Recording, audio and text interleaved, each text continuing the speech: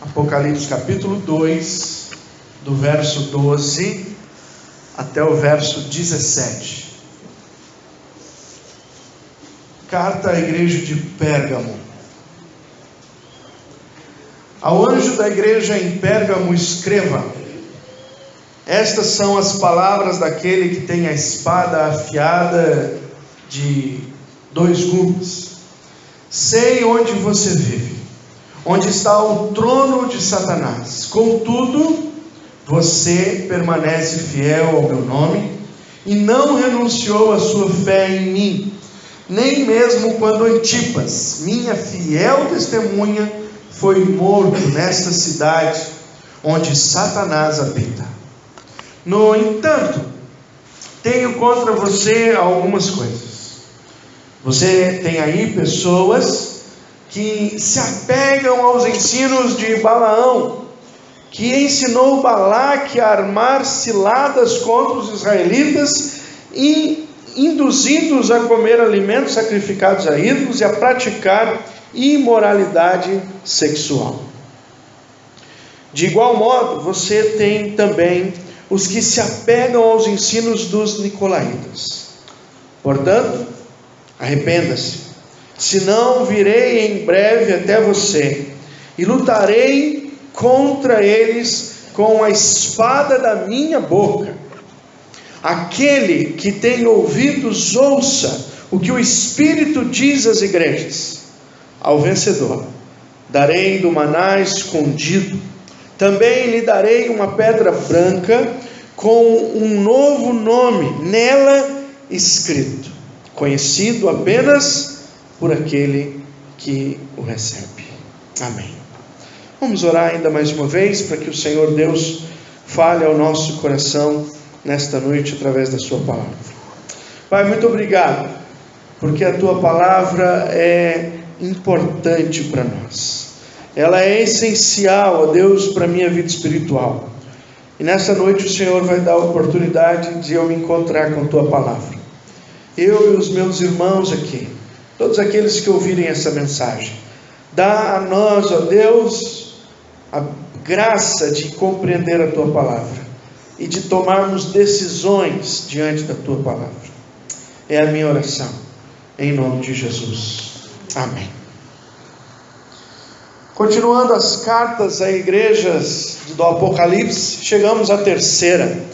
Já vimos aí a primeira, que foi a Éfeso, já vimos aí a segunda, que foi a Esmirna, e hoje estamos aí diante da terceira, que é a igreja de Pérgamo.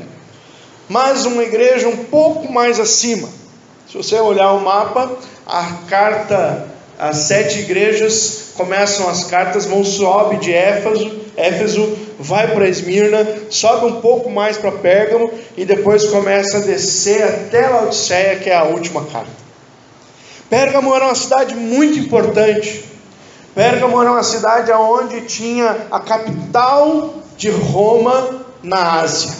Ou seja, ali tinha o lugar do César, né? Do César da vez. Então, ali tinha uma intimidade muito grande com o Império Romano. Era uma cidade que servia de fato ao Império Romano. Era também uma cidade muito culta. Pérgamo era a cidade que tinha a segunda maior biblioteca do mundo naquela época. A primeira em Alexandria, a segunda ficava em Pérgamo. Pérgamo também é da onde vem o nome antigo de pergaminho. Não sei se alguém já chegou a ler em pergaminho, né? Talvez aí os mais idosos já tiveram a chance de conhecer. O pergaminho era a maneira de se escrever em pele de animais, e ali aquelas cartas ou aqueles escritos duravam muitos e muitos anos. Por isso pergaminho vem também da palavra Pérgamo. Essa cidade, ela por ser uma cidade extremamente romana nas suas entranhas, ela é diagnosticada aqui como o lugar do trono de Satanás. Não é que existia ali o próprio Satanás sentado no trono, mas é uma expressão figurativa de que o rei que governava o mundo, o imperador, através das ações satânicas dele, sentava lá no trono em Pérgamo. Ali habita Satanás, tem o trono de Satanás. Essa é a ideia. Muito obrigado. Segundo a tradição, Antipas, esse irmão que é citado aqui, que foi morto em uma das perseguições, ele foi morto pelo imperador Domiciano. Domiciano reinou de 81 a 96 DC. Se você lembra quando eu falei que as cartas foram escritas, você sabe que elas foram escritas durante o reinado do imperador Domiciano, nos anos 90. Domiciano era um cara muito doido, perturbado. Ele, inclusive, alguns historiadores dizem que ele matou a esposa porque ela se converteu ao cristianismo. Ele tinha uma loucura por ser Deus. Então ele usava o título de Deus e Senhor. Quando ele imperador, ninguém deveria honrar ou ter honra maior do que ele mesmo. Este era o Domiciano. Aí ele então perseguiu a igreja e muito provavelmente o líder Antipas desta igreja de Pérgamo foi então martirizado. E diz que ele mandou martirizá-lo colocando num caldeirão e assando Antipas lentamente até que ele chegasse à sua morte. Deus fala da sua morte a esta igreja. Eu sei que vocês são fiéis a mim aí, como foi Antipas, o meu servo, que foi fiel até a hora da morte. Dentro desse contexto, dessa cidade, uma cidade importante, tem lá uma igreja, a igreja de Pérgamo, a igreja que serve ao Senhor Jesus em Pérgamo. E como nós estamos fazendo ao ler estas cartas, nós estamos avaliando, que será que nós parecemos com esta igreja? Será que a nossa igreja se parece em alguma coisa com a igreja de Pérgamo? Será que nós temos que lidar com as mesmas situações que eles estavam lidando ali? E o que nós podemos aprender estudando nesta noite, ouvindo a palavra do Senhor sobre a igreja de Pérgamo? Então eu quero citar aqui para os irmãos alguns pontos relevantes desta carta à igreja de Pérgamo. Primeiro ponto é como Jesus se revela.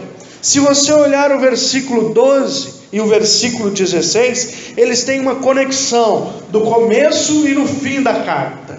Isso é muito importante quando você está lendo um trecho das Escrituras, porque você vê o começo e o fim, e então ali você tem toda a ideia por que Jesus está se apresentando. E o Jesus que se revela aí, ele se revela como aquele que tem a espada afiada de dois gumes. Interessante, se você não notou, lá no capítulo 1, no versículo, a partir do versículo 17, João, ele tem uma visão de Jesus. E a partir do momento que ele vê Jesus, ele descreve Cristo. E cada parte da descrição que tem no capítulo 1, Jesus é apresentado no capítulo 2. Então no capítulo 1 você vai ver que Jesus se apresenta como aquele que tem a espada de dois gumes. Sai da sua boca uma espada. E aí no capítulo 2 então, nós vamos perceber que esta é a revelação de Cristo. Por que Cristo se revela a Pérgamo como aquele que tem a espada de dois gumes? Espada, irmão, era símbolo de autoridade. Espada era símbolo de poder. Espada era símbolo de justiça. Como se fazia justiça antes? Com a espada. A espada promovia a morte daqueles que eram sentenciados à morte. Quem tem o poder da espada tem o poder sobre os demais. E enquanto você está numa cidade dominada pelo imperador, talvez os cristãos ali estivessem temerosos, dizendo: nós estamos na cidade daquele que domina. No entanto, Jesus se apresenta para eles e diz o seguinte: não, eu sou aquele que domina. Eu sou aquele que tem a espada. Essa espada referenciando aqui a palavra de Deus, é o que nós devemos trazer para nós como igreja. O que é que tem poder para nós? E o que é que tem poder para este mundo, embora este mundo não aceite? É a palavra. Este mundo vai ser julgado pela palavra. Nós somos julgados pela palavra. Nós somos ensinados pela palavra. Somos exortados pela palavra. Somos edificados pela palavra. Então Jesus está aqui se apresentando como aquele que tem poder. E o seu poder é manifestado pela palavra. Lembra que eu li aqui no começo do culto o Salmo 19? Que fala sobre a palavra? Que fala que a palavra, ela é melhor do que o muito ouro. Que fala que a palavra é mais doce do que o mel. Que fala que a palavra que Deus deu, criou todas as coisas. Não há poder maior do que o poder da palavra do nosso Deus. Portanto, Cristo está aqui se mostrando a esta igreja como aquele que tem o poder. A espada que rege o mundo, a espada que virá com justiça, a espada que será erguida, não é a de Satanás, não é do Nero da vez, do imperador da vez, do Domiciano. A espada que rege o mundo, a espada que vai fazer com que todos os homens se abaixem diante do poder de Deus, essa espada está com Cristo, e é a sua palavra. A Bíblia diz que Deus naquele dia vai exterminar todos aqueles que não o reconhecem pelo poder da sua palavra.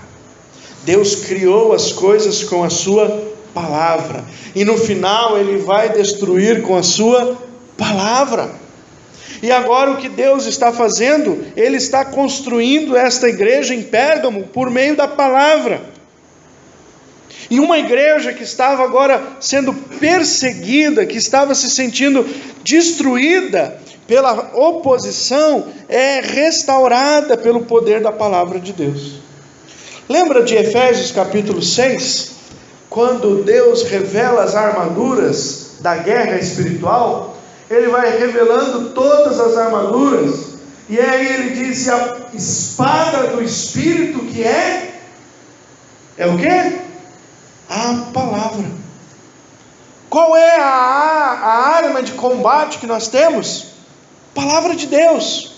Essa palavra que está com Cristo, que está sobre a igreja, essa palavra poderosa, revelada pelo Senhor Jesus. Eu sou aquele que tem a espada de dois gumes.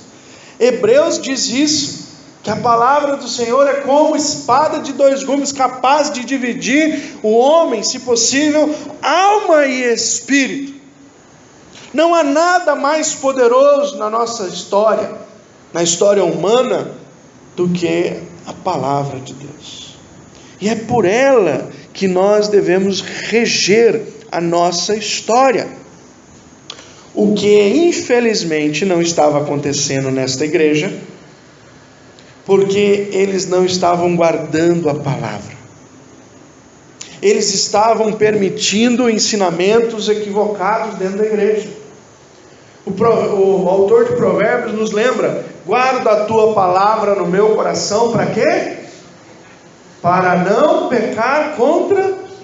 Se nós estivermos perto da palavra, nós estaremos longe do pecado. Se nós estivermos longe da palavra, nós estaremos perto do pecado. Essa igreja parece que ela descansou em não mais ter cuidado com a palavra. Deixa a palavra de canto, deixa a palavra de lado, vamos ler outras coisas, vamos nos informar com outras coisas, vamos ler os livros de autoajuda, vamos ouvir filósofos inteligentes que vêm da Grécia, vamos beber de outras fontes. Deixa a palavra aí, nós já vimos esses escritos aí, a história de Jesus a gente já sabe de cabo a rabo, a gente já entende tudo que a palavra de Deus tinha para nos dar, e aí se descansa em aprender a palavra. Aí começa a não vir na escola bíblica dominical,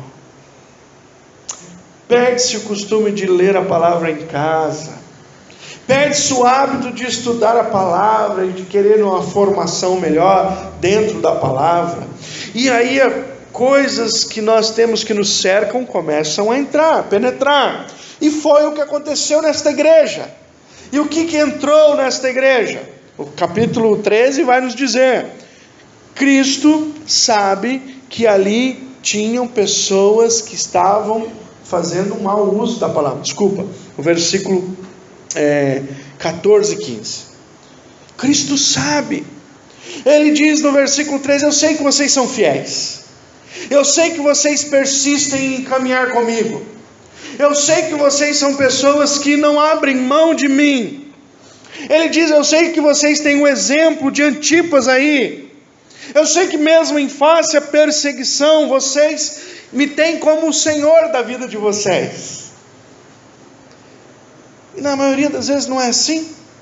As pessoas abraçam mesmo Cristo. Não, Cristo é tudo para mim. Cristo eu não abro mão. Eu sei que Ele é o Senhor. Eu sei que Ele é Deus. Eu conheço a teologia de Jesus. Eu conheço. Eu estou agarrado a isso.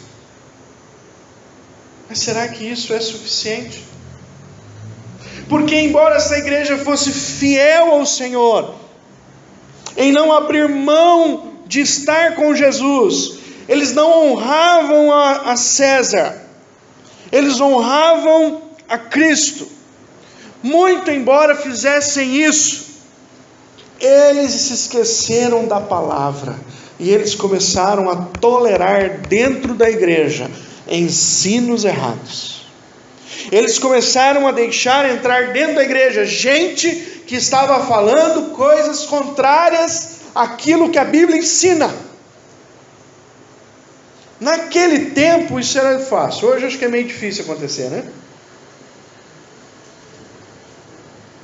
É meio difícil hoje achar crente que tolera coisas que a Bíblia não diz. O mal da igreja moderna é não ouvir a palavra. Há igrejas que você não pode pregar a palavra. Há igrejas que o pastor tem 30 minutos para pregar a palavra, e se puder acabar com 29, melhor. Há igrejas que têm assuntos para se pregar, não pode se pregar toda a palavra. Escolhe alguns assuntos para se pregar, porque alguns assuntos são constrangedores. Então, se pega trechos da palavra. Há outras que nem pregam mais a palavra, usa um versículo e começa a ter uma expressão daquilo que ele quer falar a respeito daquilo. Essa semana um amigo meu fez como é que a gente fala quando pega a tela esqueci agora, põe na internet? Ele tirou uma foto e colocou na internet, publicou. Isso, estava faltando essa palavra. Um amigo meu estava numa grande igreja, essas igrejas modernas, e ele tirou uma foto, pá, e ele publicou. E estava lá o pastor, bonitão, não tão bonito quanto este, com uma telona atrás, não tão bonita como esta, e com uma frase, e ele assinou embaixo da frase. E a frase era: se você fizer a sua parte, corre atrás dos seus sonhos, Deus vai ajudar você. E aí ele clicou aquilo ali, colocou na internet, disse: que palavra do pastor fulano, aqui assistindo ao pastor fulano. E eu peguei aquele texto e disse: gente, não tem nada a ver com a Bíblia. Então hoje em dia as pessoas estão indo atrás, como diz Paulo lá em 2 Timóteo capítulo 4, daquilo que dá coceira nos ouvidos para se ouvir. E está cheio de gente que está falando o que as pessoas querem ouvir. E aqui na igreja de Pérgamo era isso que aconteceu. A igreja gostava de Jesus, se identificava com Jesus, ia até na marcha para Jesus. Mas na hora de encarar a vida, eles queriam fazer com que os ensinamentos de Jesus fossem um pouco mais maleáveis, um pouco mais tolerante, um pouco mais moderno, irmão, porque os ensinos são arcaicos. E então começa-se a trazer para dentro da igreja a possibilidade de se ouvir não a palavra, mas se ouvir aquilo que o outro acha, que o outro entende, que aquele estudou, ou que ele tem uma performance. Sabe qual é a grande porqueira hoje dentro das igrejas? É que agora essa moda de coaching, que bonita, né? A palavra coaching. Está cheio de coaching para pastor. Está cheio de coaching na igreja. O único coaching que eu conheço é o Coutinho, que joga na seleção. Que coaching, irmão? A gente não está aqui para ouvir coaching, a gente está para ouvir a palavra pregada, expressa, na essência, na interpretação que ela mesma dá a respeito de si, porque a nossa vida não é para ser gerenciada por coaching, a nossa vida é para ser gerenciada pelo Espírito Santo de Deus por meio da palavra. Essa igreja dormiu no ponto, e aí chegou lá os coaches de Balaão. Sabe o que eles começaram a ensinar? O seguinte, ser crente é legal, mas esse negócio de ficar discriminando os idólatras não é legal, pega mal, faz vocês muito caretas. O pessoal católico não gosta, o pessoal que tem outras religiões de adoração de status não gosta. Tem que fazer um meio termo. Aliás, eu acho que a gente tem até que ir lá com eles, lá onde eles adoram, fazer amizade. E de repente, por que não?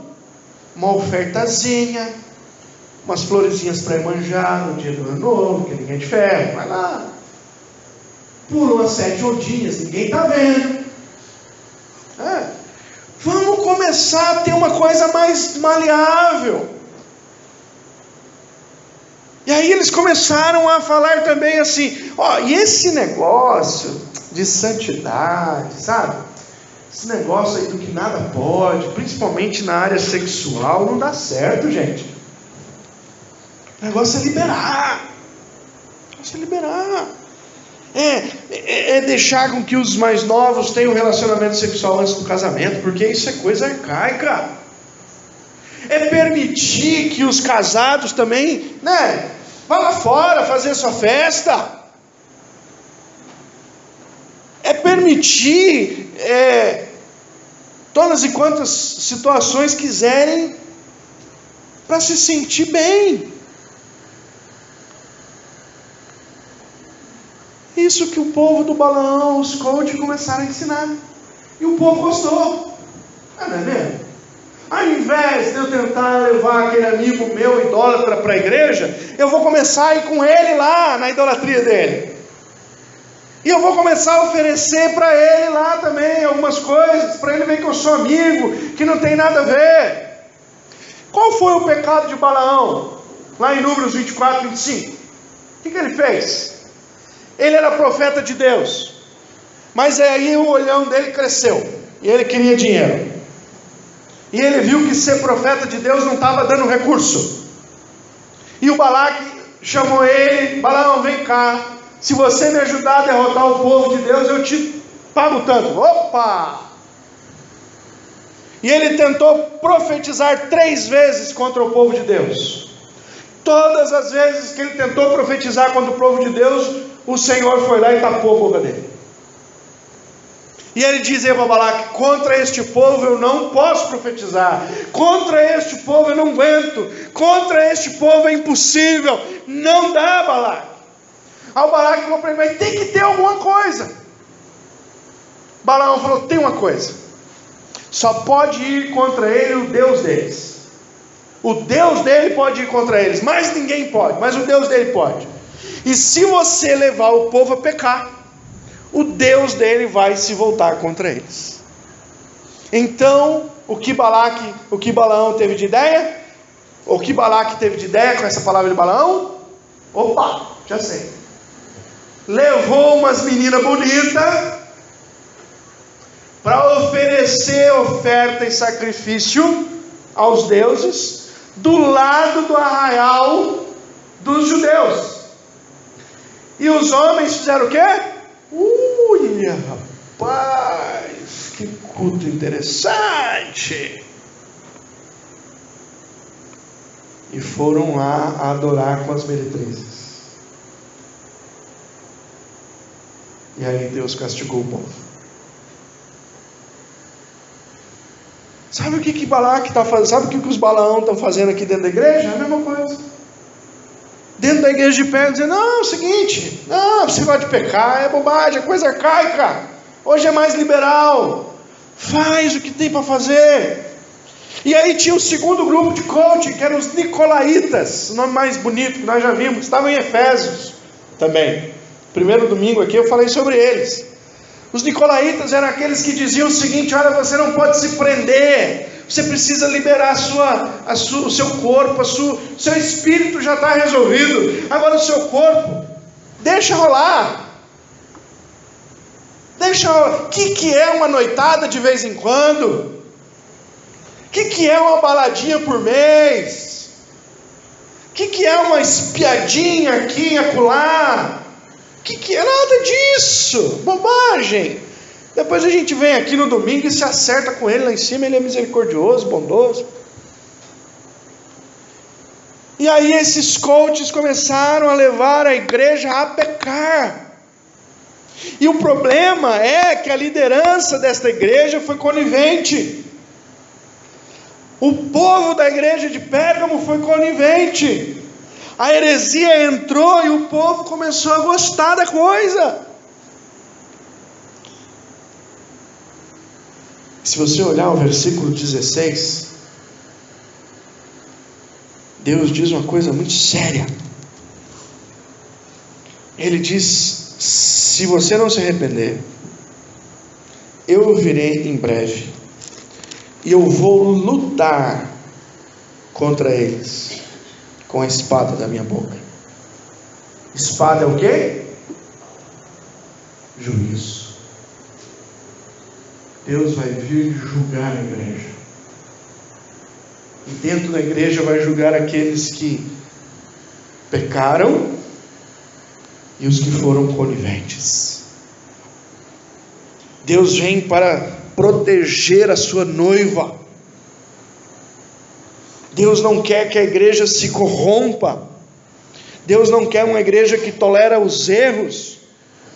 Era impossível, irmãos, obedecer a estes homens se essa igreja estivesse firmada na palavra. Efésios capítulo 3, leia lá comigo, do versículo 17 em diante, até o 4:1.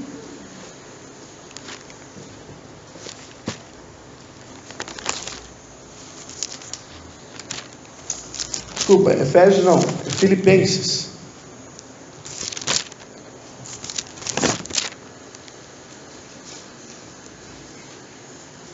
Filipenses 3, 17 até o 4:1. Irmãos, sigam unidos o meu exemplo e observem os que vivem de acordo com o padrão que lhes apresentamos. Tem um padrão.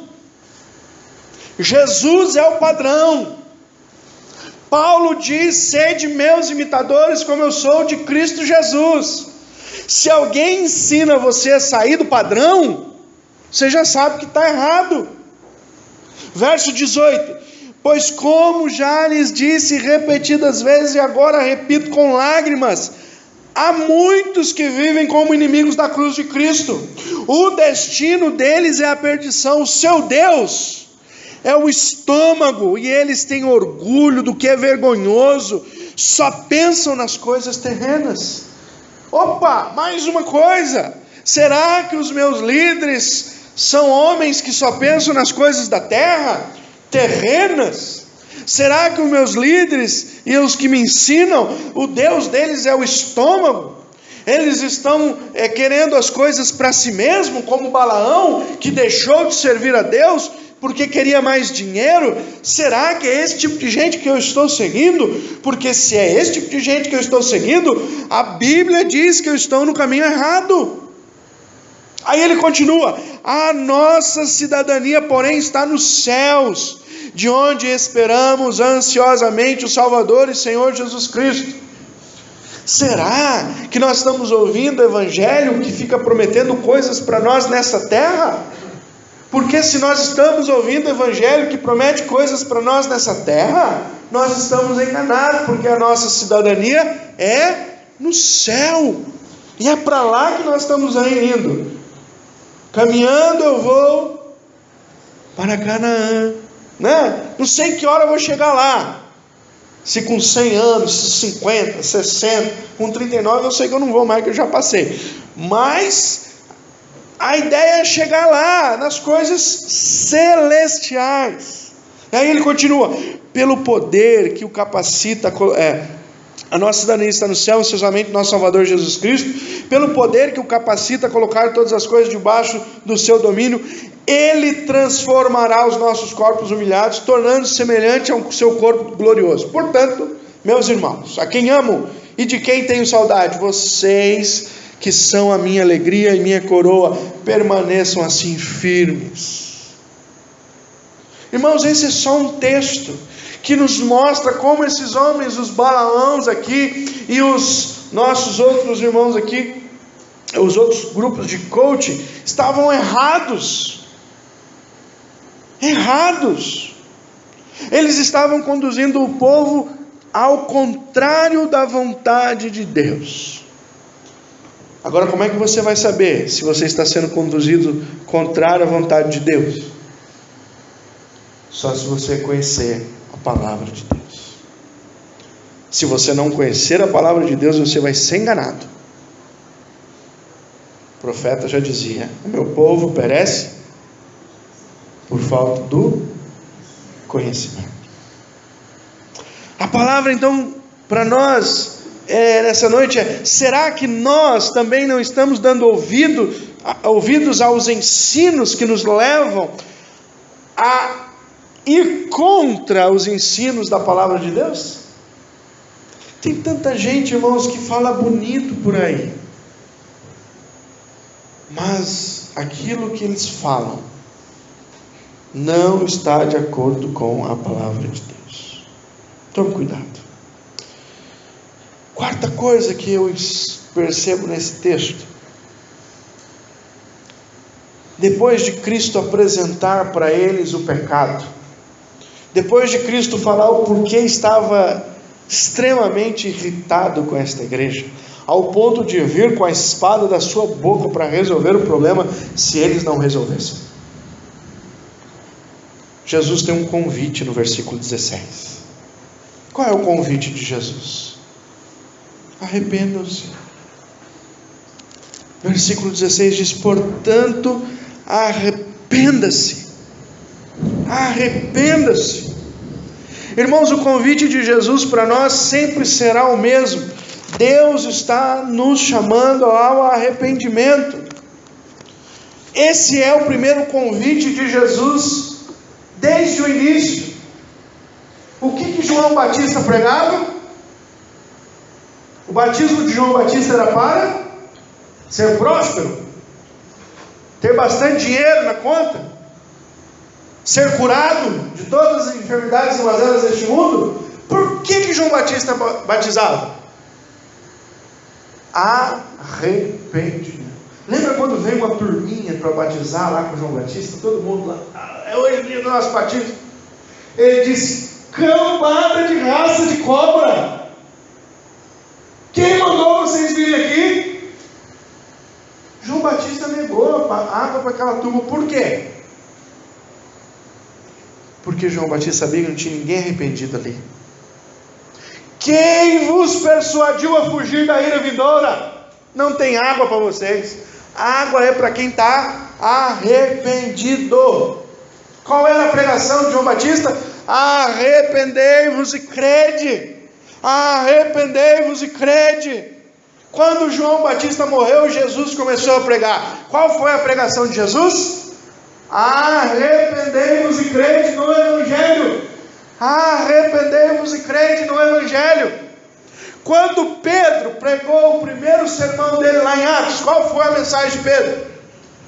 Varões, irmãos, arrependam-se e sejam batizados em nome de Jesus. Qual é a pregação do Evangelho hoje? Vem como está. Vem como está. Jesus gosta de você assim mesmo. Vem. Vem chapado mesmo. Vem. Vem cheio de cocaína. Vem. Nós estamos falando uma linguagem que não é do Evangelho. Nós estamos pregando algo que o Evangelho não diz para pregar. Jesus chamou essa igreja ao arrependimento. Leia comigo Lucas 24, 47. Evangelho de Lucas, capítulo 24, versículo 47.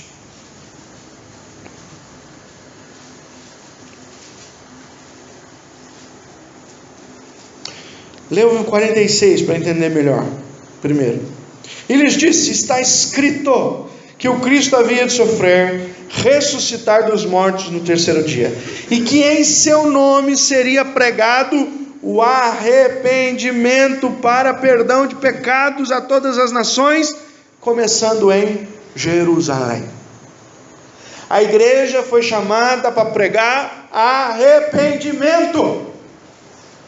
Nós precisamos entender que o sentimento que deve ter no coração de todo crente é o arrependimento. Nós precisamos nos arrepender sempre. Jesus contou a história de dois homens que subiram a Jerusalém para orar. Um era um publicano e o outro era um homem da lei. E o homem da lei chegou para orar e dizia: ó Senhor, obrigado porque eu sigo a lei, obrigado porque eu jejuo, obrigado porque eu sou o pão, obrigado. E o publicano ao seu lado orava, sem ter coragem de olhar para o céu, com o seu semblante caído, batia no peito e dizia: Senhor, tem misericórdia de mim, Senhor, tem misericórdia de mim, Senhor, tem misericórdia de mim. Jesus perguntou: qual dos dois saiu dali justificado? E a resposta é: publicano. Irmãos, nós fomos chamados para nos arrepender todos os dias. Nós temos o que, pelo que nos arrepender. O cristão precisa aprender a sentir contrição no coração, a chorar diante de Deus pelas lamúrias, pelos pecados. Em Lucas ainda, no capítulo 15, no versículo 7 diz: eu lhes digo que da mesma forma haverá mais alegria no céu por um pecador que se arrepende do que por 99 justos que não precisam de arrependimento. Não há conversão sem arrependimento. Não há. Há convencimento sem arrependimento, mas conversão não. E também, irmão, não há santificação sem arrependimento. Essa igreja precisava se santificar, e eles precisavam se arrepender do quê? Dos ensinos que eles estavam tendo lá dentro da igreja, das coisas que eles estavam fazendo, porque aquele ensino produziu isso neles, uma vida promíscua. Eles precisavam se arrepender diante de Deus. Depois de Jesus chamar este povo ao arrependimento, a última parte, Cristo relembra a sua promessa. Versículo 17, Jesus usa duas metáforas. Ele fala do pão do céu, do maná escondido, e ele fala da pedrinha. Que interessante. Vamos ler de novo o versículo 17. Aquele que tem ouvidos, ouça o que o Espírito diz à igreja. Ao vencedor darei do maná escondido. Também lhe darei uma pedra branca com um novo nome nela escrito, e conhecido apenas por aquele que o recebe. Por fim, irmãos, em todas as cartas às igrejas, Cristo relembra a igreja daquilo que é mais importante. O que é mais importante para nós? São as promessas eternas, novo céu e nova terra. O que é mais importante para nós? É a convicção de estar com Cristo, de morar com Ele eternamente. Qual é a coisa que nós temos de mais preciosa nessa vida? É a salvação em nosso Senhor Jesus. Não devemos trocar ela por nada nesse mundo, por nada. Então Cristo relembra aquilo que é de mais importante para nós. Olha, lembrem-se que vocês têm duas coisas. Primeiro, o maná. Eu vou dar um maná escondido. Deus está dizendo para nós da sua provisão eterna para nós. Quando eu penso em provisão eterna, eu lembro do texto de Apocalipse, quando diz: e lá não haverá mais choro, lá não haverá mais tristeza, lá não haverá mais dor, lá não vai haver nada disso. Mas sabe o que eu acho lindo daquele texto? É quando João diz assim: lá não terá o sol. Aí você fala: puxa vida, um mundo sem sol. Se bem que esses dias a gente está querendo ficar longe dele, né? Mas um mundo sem sol, como é isso? E João explica. Ele diz: não precisa, porque o Cristo, o Cordeiro, é o próprio sol, é a própria luz deste lugar. É isso que tem que motivar o nosso coração e a nossa vida. É pensarmos nas coisas que são lá do alto, onde Cristo está esperando por nós. Maná é provisão eterna. Deus vai nos dar aquilo que nós precisamos para toda a eternidade. E a pedrinha branca, irmãos, eles eram usados em dois momentos na história. Quando se fazia julgamento, então o juiz, para dizer o que ele julgava, ele mostrava. Se ele mostrasse a pedrinha branca, você estava livre. Se ele mostrasse a preta, já era, ó, foi-se na cabeça. Então Jesus diz: para nós é uma pedrinha branca. Por quê? Porque o Evangelho diz que não há condenação para aquele que está em Cristo Jesus. Nós já passamos da morte para a vida. E a pedrinha também era usada para dar às pessoas quando se tinha uma festa muito importante, um lugar muito importante que só algumas pessoas podiam entrar. Então era dada a essas pessoas uma pedrinha e nela escrito o nome dessa pessoa, para ela apresentar neste lugar importante quando ela fosse entrar. Deus está dizendo para nós que Ele já nos deu aquilo que é mais importante para nós. Não tem motivo nenhum de nós trocarmos Cristo por qualquer outra coisa. E que nessa vida que nós vivemos aqui, nosso alvo é o céu, é a glória eterna, para sempre com nosso Senhor Jesus. Amém? Quero concluir nessa noite fazendo algumas perguntas para o nosso coração. Primeiro, você está preparado para continuar caminhando com Cristo, mesmo em face à perseguição? Essa igreja aqui, embora ela tivesse corrompido em um lado e em um outro, ela era firme. Vai vir a perseguição, eu estou dentro. Quero ir embora não, eu quero ficar com Jesus. Quero caminhar com Ele. Será que se o Brasil houver uma perseguição, e você estiver ameaçado, sua família estiver ameaçada, seus filhos estiverem ameaçados, você entrega um filho seu à morte por causa de Cristo? Pela causa dele? Um neto? Sua própria vida?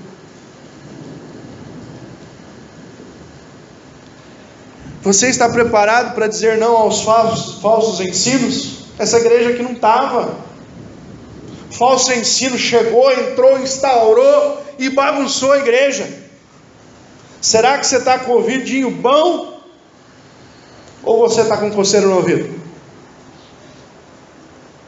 Deixa eu ver o que está falando ali, se é mais agradável.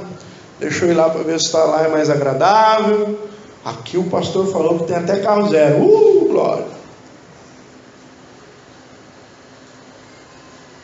Como é que está o seu ouvido? Melhor ainda, como é que está a sua leitura bíblica? Seu ensino bíblico?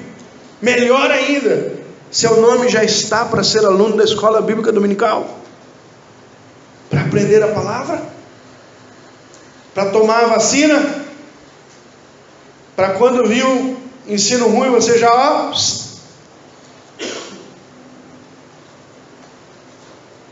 Terceira pergunta: do que você precisa se arrepender nessa noite? Jesus olhou para essa igreja e disse: se arrepende. Cristo está sempre aberto a nos perdoar, mas Ele não perdoa calhorda. Ele é igual ao João Batista: não tem água para vocês não. Ele perdoa arrependido. Gente que quer mudar, que quer ser transformado, que sente o peso do pecado, que luta contra o pecado.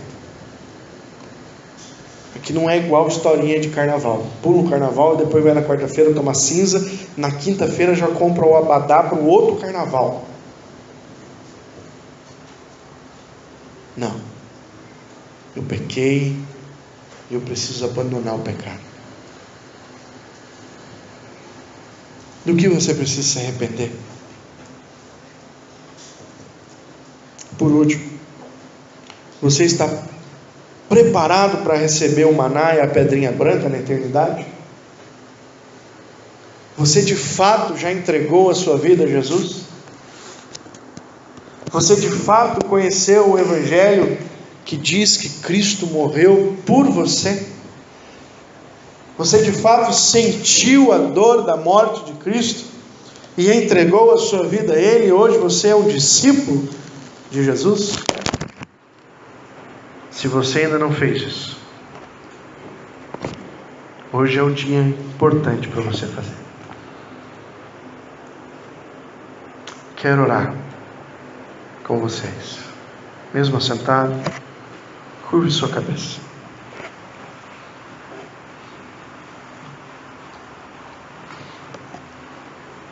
Senhor, oro por mim e pelos meus irmãos aqui nessa noite.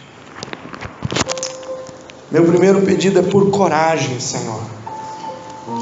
Às vezes nos falta coragem, e nós vamos precisar de coragem. Precisamos quando somos zombados, perseguidos. Esses irmãos aqui, eles tinham coragem, eles serviam ao Senhor. Antipas é um exemplo. A vida dele foi ceifada, ele serviu ao Senhor. Traz coragem aos nossos corações, mesmo em face à morte, que sejamos fiéis ao Senhor. Oro também, Senhor, para que o Senhor nos dê condição de dizer não aos falsos ensinamentos. Nos aumenta o prazer pela Tua palavra, o desejo de aprender mais, o anseio de encontrar com Tua palavra todos os dias. Tem misericórdia de nós, Senhor, quando não lemos a Tua palavra, quando não estudamos, quando não vamos à escola bíblica dominical, quando trocamos todas estas coisas por outras. Tem misericórdia de nós. Nos ajuda a estar vacinado contra essas heresias. Estão tão perto de nós, Senhor. Há tantas igrejas corrompidas, não deixa a nossa se corromper. Também, ó Deus, traz arrependimento aos nossos corações. O Senhor sabe o meu coração, o coração dos meus irmãos aqui. Aquilo que nós precisamos nos arrepender, Senhor. Aceita o nosso arrependimento nessa noite. Edifica as nossas vidas para a glória do Teu nome. E se há alguém aqui nessa noite que aceitou o Senhor como Senhor e Salvador, entregou a vida a Ti, escreve o seu nome no reino dos céus. Dá a Ele a pedrinha branca para entrar conosco naquele grande e maravilhoso dia. É minha oração, em nome de Jesus.